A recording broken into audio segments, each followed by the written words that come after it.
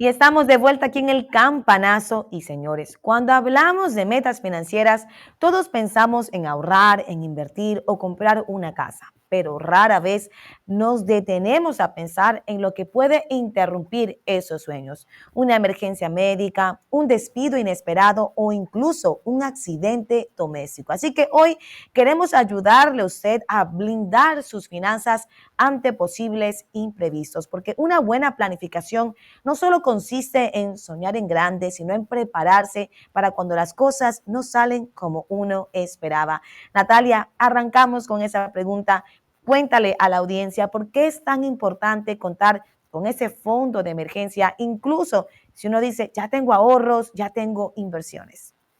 Bueno, es que justamente antes de los ahorros y las inversiones se hace un fondo de tranquilidad, porque mira, la respuesta es muy simple, porque las inversiones están pensadas para crecer a largo plazo, no para ser liquidadas en momentos de crisis, porque sabemos que en las inversiones hay volatilidad. Entonces, si yo la liquido en momento de crisis, puede estar haciendo efectivo una pérdida. Así que un fondo de emergencias es ese primer escudo. Ese dinero que tiene varias características, tiene que ser líquido, es decir, de fácil acceso, que no depende del comportamiento del mercado. Por ejemplo, en una emergencia médica, tú no vas a querer vender las acciones en medio de la caída del S&P 500 y por eso es importante si yo tengo definitivamente que escoger en un plazo. Se habla técnicamente de que lo ideal, lo recomendable es tener de 3 a 6 meses de gastos básicos cubiertos en una cuenta. Y cuando decimos una cuenta aparte, es que tú puedas sí tenerla a la vista líquida, pero tampoco que se junte con el dinero del día a día.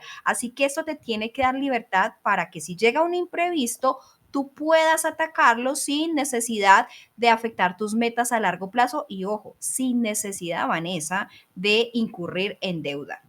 Interesante lo que dijiste, que no se mezcle ese dinero. ¿Dónde entonces se debería guardar ese fondo de emergencia para que esté disponible, pero que para nadie en la audiencia sea tentador? Bueno, en la medida de lo posible, lo ideal es una cuenta de ahorros de alto rendimiento que esté separada de tu cuenta corriente. No debe estar en efectivo en la casa debajo del colchón, no debe estar invertido, como lo dijimos ahora, en instrumentos que sean volátiles, en bancos digitales y cooperativas de crédito que ofrecen mejores tasas que la banca tradicional sería una buena opción. Y si ustedes quieren añadir como una barrera psicológica, abre una cuenta en un banco diferente al que usas todos los días. Así vas a reducir la tentación de echarle mano al fondo sin un motivo real, o si tu banco lo permite, como en mi caso, yo tengo una subcuenta que no aparece en mis números cuando yo hago transacciones y está ahí como escondida. Ahora, Natalia, buena pregunta la que te voy a hacer también para la audiencia. ¿Qué tipo de emergencias realmente justifican usar este fondo y cuáles no? Bueno, aquí vamos a hablar de qué sí es una emergencia y qué no es una emergencia. Pues la regla es bastante simple. Emergencia es lo que no está, lo que es inesperado, algo que llegó urgente, que realmente es necesario, una cirugía no programada, el desempleo repentino, una avería seria en tu vehículo o en tu casa que no lo cubre el seguro. Vamos a hablar de lo que no aplica, señores. Esas vacaciones, ese viaje de último minuto, eso no es una emergencia. Los regalos costosos, una super oferta electrónica, los zapatos que te encantan y que están en descuentos, no. O sea, si tú vas a usar ese fondo como un salvavidas, no lo vas a usar como un comodín. Cada uso debe tener un plan para reponerlo lo antes posible, y con eso no te queremos decir que no te puedas dar ese viaje, que no te puedas dar ese lujo, sino que debes tener un ahorro aparte. Por eso el fondo de emergencia, Vanessa, tiene un límite. Estamos hablando que lo ideal es tener de 3 a 6 meses, pero yo siempre le digo a la gente, póngase la mano en el corazón y diga con cuánto estaría tranquilo usted protegido. Excelente, Natalia. No es que, ay, no tengo vestido para la boda de mi mejor amiga, saco del fondo de emergencia, no se toca. Ahora, Natalia, ¿cómo se calcula ese monto ideal del fondo de emergencia? Porque tú lo dijiste, póngase la mano en su corazón, ¿cuánto usted necesitaría? ¿Cómo podría calcularlo? Por supuesto, dependiendo del estilo de vida de cada persona. Exacto, muy buena pregunta porque no se trata de cubrirte en el valor de tus ingresos. Más bien los invitamos a que hagan una lista de sus gastos fijos mensuales, como la renta o si estás pagando una hipoteca, la comida, pero ojo, no son las salidas a restaurantes, es la comida en casa, los servicios, los seguros, el transporte, medicamentos. Suma todo eso que definitivamente sí o sí con lo que tienes que vivir en un mes y multiplícalo, ya tú decides si 3 meses, si quieres, si tienes un ingreso estable, o 6 meses si de pronto eres un freelancer, eres padre o madre cabeza de familia, tienes hijos, si son una pareja y dicen, bueno, cubrámonos en el promedio de los 2, 3 meses, porque si uno queda el otro, si el uno queda cesante, el otro responde. Entonces te voy a poner un ejemplo. Si tus gastos básicos son de $2,000 al mes, pues deberías tener un fondo entre 6,000 y 12,000. Si tu situación cambia, vamos a llegar un nuevo miembro a la familia, un bebé, una mudanza, pues tú puedes empezar a actualizar ese fondo. Pero por eso les digo, siempre pónganse la mano en el corazón y decidan qué les daría tranquilidad de tener ahí como ese fondo de seguro. Ahora, Natalia, ¿qué errores comete la gente normalmente cuando enfrenta una emergencia sin preparación financiera?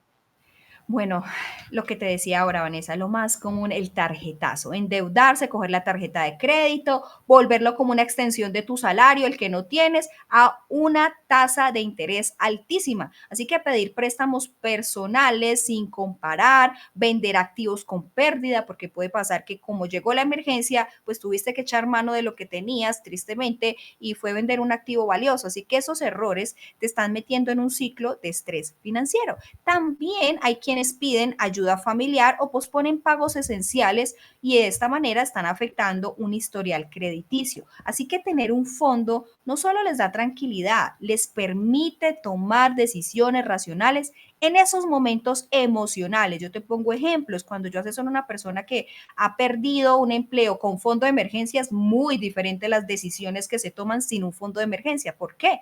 Porque cuando tú no tienes ese fondo y perdiste un empleo, pues te vas a coger el primer empleo que te ofrezcan. En cambio, cuando tú tienes un fondo, estás cubierto unos meses, sabes que te puedes dar un lapso para elegir bien, tomas decisiones más informadas o por lo menos más a gusto con tu perfil, con lo que quieres realmente buscar.